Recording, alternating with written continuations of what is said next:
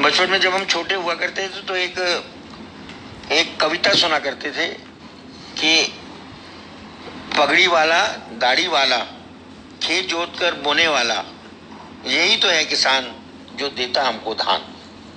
ये जब हम छोटे छोटे होते थे तो जब किसान को हम देखते थे हल जोतते, उसके दाढ़ी होती थी, तहमत पहनी हुई होती थी और बैल उसके आगे जोतने के लिए होते थे, तो हम उसको देख कर ही गाना गाया करते थे कि पगड़ी वाला दाढ़ी वाला खेत जोत कर बोने वाला, यही तो है किसान जो देता हमको धान। मतलब उस वक्त हमारे दिमाग के अंदर किसान के प्रति एक बड़ी अच्छी भावना हुआ करती थी कि किसान जो है वो हम लोगों का अन्नदाता है। एक तरह से ऊपर वाले अन्नदाता के बाद दूसरा अन्नदाता है जो हमको खाने के लिए धान देता है। और वही किसान शाम को किसी गांव की हट्टी से चाय पत्ती गुड़ चीनी खरीद कर, उसका फिक्स बजट होता था जो उसके गांव के जिसके यहाँ काम करता था उसको मिला करता था, तो मध्यम वर्गीय किसान वो अपना गुड़ खांड चाय शाम को लेकर जाके अपनी चाय बनाया करता था। समय बीतता गया, धीरे धीरे किसानी परिवर्तन बहुत सारे आने लग गए, कृषि यंत्र आ गए।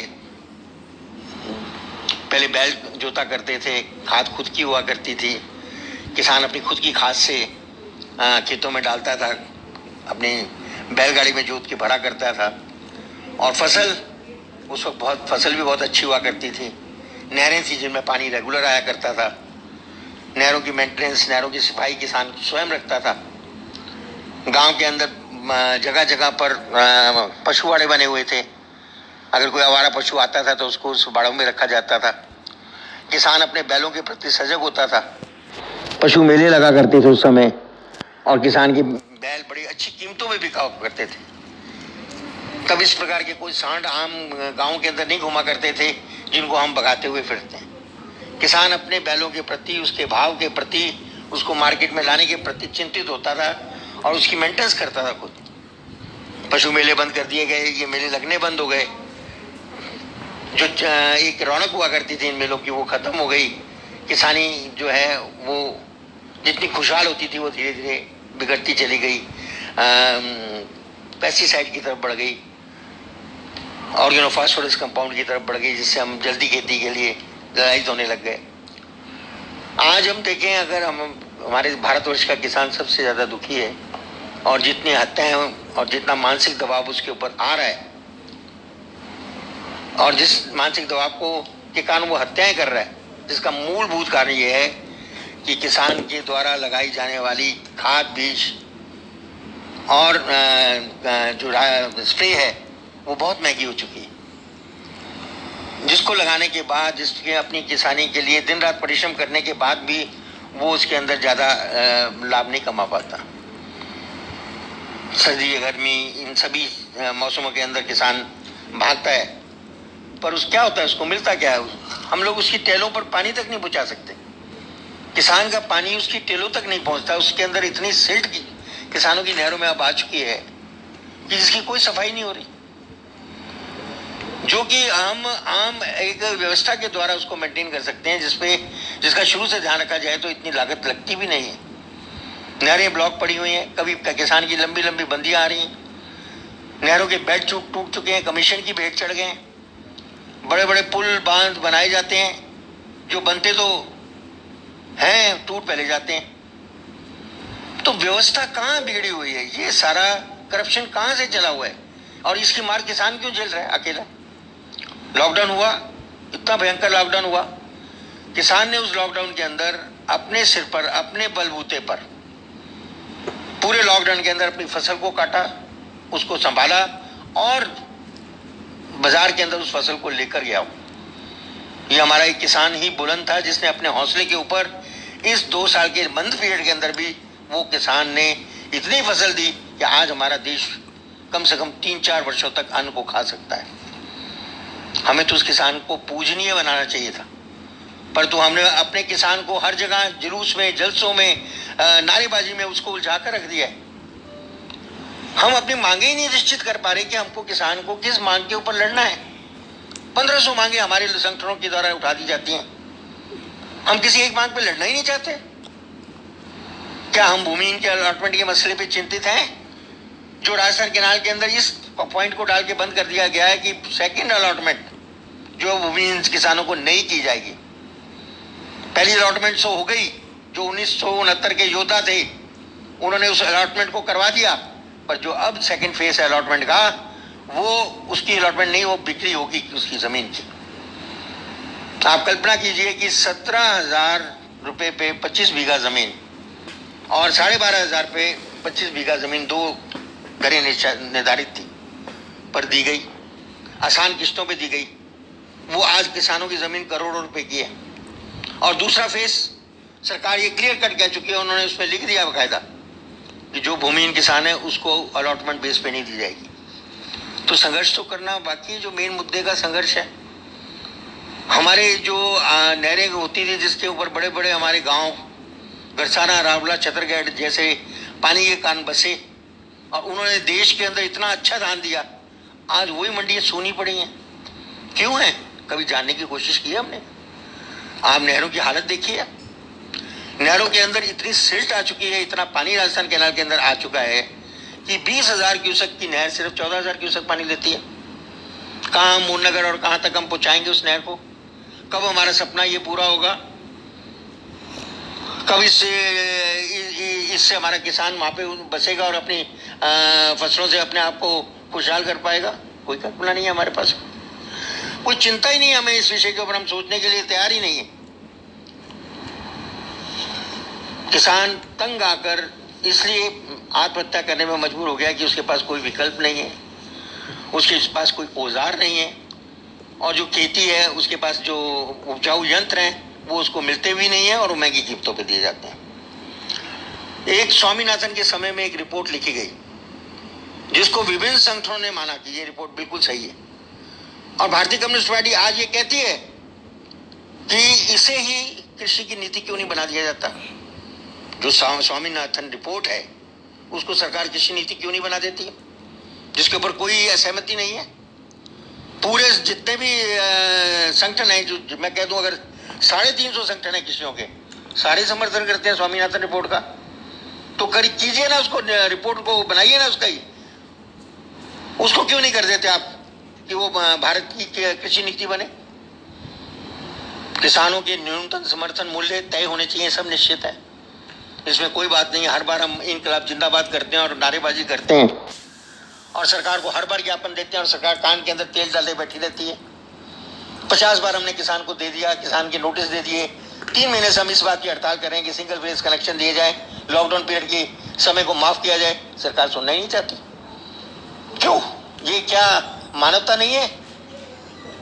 किसान तो सबका एक सा है, चाहे वो किसी पार्टी से, राजनीतिक दल से, उसका राजनीतिकरण क्यों करते हो आप? किसान सभा के अंदर, बैनर के अंदर आइए ना, आप छोड़िए सब पार्टियों को, चाहे वो वामपंथी कोई हो, विचारधारा इन 5 पॉइंटों पे लेके आइए आप, जो मैं 5 बातें आज आपसे करने जा रहा हूं कि भूमि अलॉटमेंट का मुद्दा, बेरोजगार किसानों को देने का मुद्दा जो 1,000 पहले किसानों को दिया गया, अब दूसरा अलॉटमेंट का फेज शुरू क्यों नहीं करवाया जाए? सरकार के द्वारा लगाए गए बैन को हटाया जाए, स्वामीनाथन रिपोर्ट को कृषि नीति बनाया जाए, न्यूनतम समर्थन मूल्य दिए जाए, बैल बछड़ों के मेले जो यथावत लगाए जाते थे उनको पुनः लगाया जाए, जिससे किसानों को फायदा होता था, उसका बैल बिकता था, उसका बछड़ा बिकता था और उसका खर्चा चला करता था। आज की तरह आवारा सांड नहीं घुमा करते थे तब। बैल और बछड़ों के पुनः मेले लगेंगे, किसान उनको मेंटेन करेगा और उन मेलों के अंदर अच्छी क्वालिटी के बछड़ों की नस्ल पैदा होगी। किसी क्षेत्र को किसानों की संख्या के अनुपात में बजट दीजिए, होना चाहिए, कोई गलत नहीं है कि जितना कृषि क्षेत्र है उसके अनुपात में बजट दीजिए। दोगला व्यवहार मत कीजिए। आप क्यों करते हैं? आप किसान आपको देश के अंदर अन्न देता है, अहम मुद्दे पे है। आप साहूकारा लोगों को इस मामले में क्यों आगे लाते हैं, किसान को क्यों नहीं लाते? उसके बजट के अकॉर्डिंग उसको बजट दीजिए ना आप, पर इसको सुनने के लिए तैयार ही नहीं हम। बकाया जो भी फसल की बीमा राशियां पड़ी हुई हैं, पहली बात तो होनी नहीं चाहिए। क्यों होती हैं? क्यों वो क्लेम के लिए भागता फिरता है? क्यों उसकी राशियां उसकी स्टक होती हैं? उसको आप निपटारा कीजिए उसकी राशियों को। इन 5 पॉइंटों के ऊपर, इन 5 विषयों के ऊपर भारतीय कम्युनिस्ट पार्टी लड़ाई लड़ेगी और इस किसान सभा के अंदर जो इस मत से सहमत है, किसी दल के हो, किसी संगठन के हो, वो इन 5 बिंदुओं के ऊपर हमारे साथ आके संघर्ष में शामिल हो। हमारा खुला न्योता है भारतीय कम्युनिस्ट पार्टी का, खुला आह्वान है। और इन 5 पॉइंट्स के अंदर कोई गलती हो तो बताइए। जो जेन्युइन मांगे हैं, जो किसान के हितों की मांगे हैं, जो हमारे देश की रक्षा की मांगे, उन मांगों को उठाया गया है और इसको सरकार को तुरंत पूरा करना चाहिए, चाहे वो किसी भी सरकार की हो, चाहे बीजेपी की हो, चाहे कांग्रेस की हो, चाहे कोई सरकार हो। यह इंसानियत का मुद्दा है। आज हम जिस भयावह स्थिति से गुजर रहे हैं लॉकडाउन की, किसान की सब्जियां खराब हुई, किसान की फसल खराब हुई, क्या उनको मुआवजा देना गुनाह है? हम लंबा पीरियड नहीं चाहते, हम ये चाहते हैं कि लॉकडाउन का पीरियड जो था, जिस लॉकडाउन के पीरियड के अंदर उसकी बाजार के अंदर फसल सब्जी वगैरह नष्ट हुई है, और उस लॉकडाउन के अंदर जो उसके आमदनी के सोर्स बंद हुए, कृपया करके उस लॉकडाउन पीरियड का तो उसको अर्जाना दीजिए। 3 फेज से किसान सिंगल कनेक्शन नहीं ले सकता है, आप उसको सिंगल फेज की अनुमति तो दीजिए। आपको क्या दिक्कत आ रही है? टैक्सेशन को आप रोकिए, जो बजाय बकाया टैक्सेशन लगाया जा रहा है।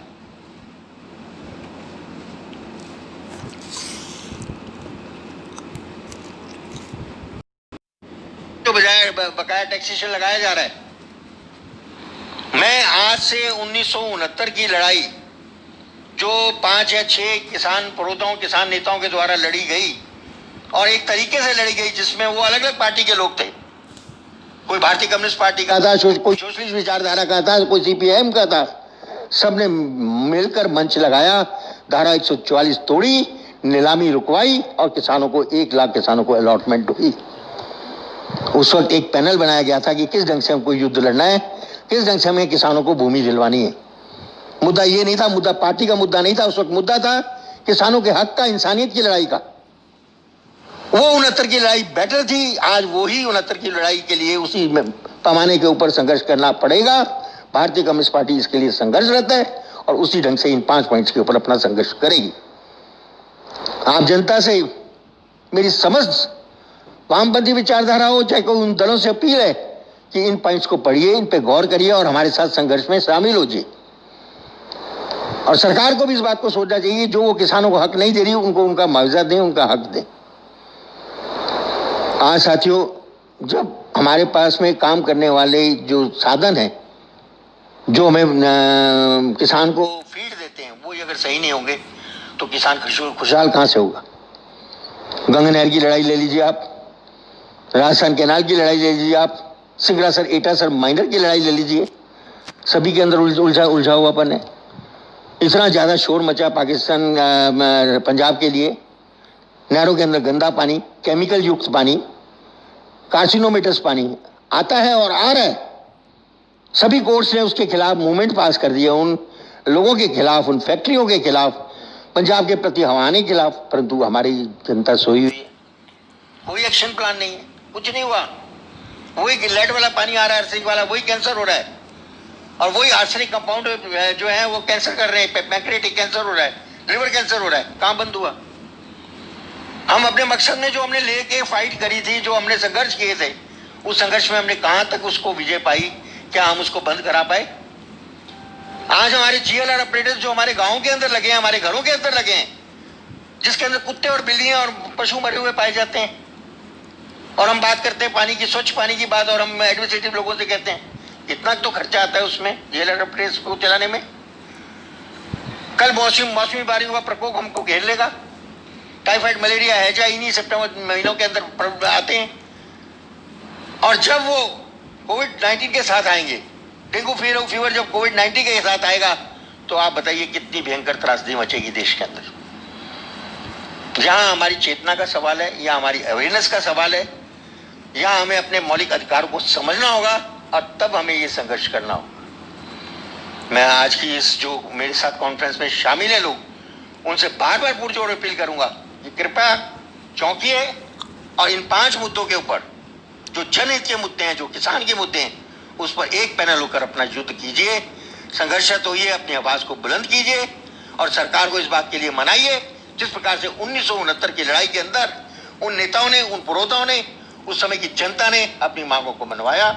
इसी के साथ आज मैं आप सभी को धन्यवाद देता हूं जो मेरे साथ आए। सभी साथियों को मेरा लाल सलाम। जय हिंद, जय भीम, धन्यवाद।